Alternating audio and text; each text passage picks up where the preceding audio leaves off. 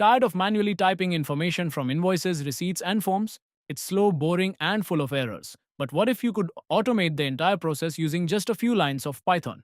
In this video, I'll show you how to build a powerful AI tool using Google's Gemini API and Pydantic that can read PDF documents, even complex forms with handwriting, and convert them into clean, structured data.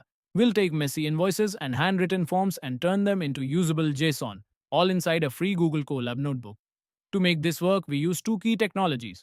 First is the Gemini API, a multimodal AI model capable of understanding text, images, and PDFs. Second is Pydantic, a Python library that helps us define structured schemas for data validation. By combining these, we can guide the AI to return consistent, predictable, and structured outputs every time.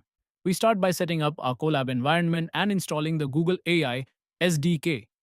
Then we securely configure our API key using Colab secrets.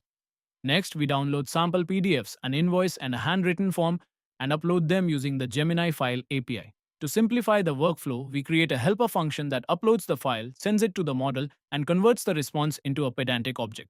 For the invoice use case, we define structured models like item and invoice, specifying fields such as invoice number, date, total amount, and line items.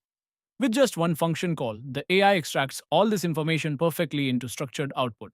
Then, we test a more complex case, a handwritten government form. We define another schema and run the same process. Even with mixed printed and handwritten content, Gemini successfully extracts the form number, dates, and financial values accurately. In just a few minutes, we've built a powerful system that automates document data extraction. This can be applied to finance, operations, compliance, and many other real-world workflows. If you found this useful, try it yourself using the full code available on GitHub. Don't forget to like, subscribe, and connect with me on LinkedIn and GitHub. Let me know in the comments what you plan to build with this, and I'll see you in the next video.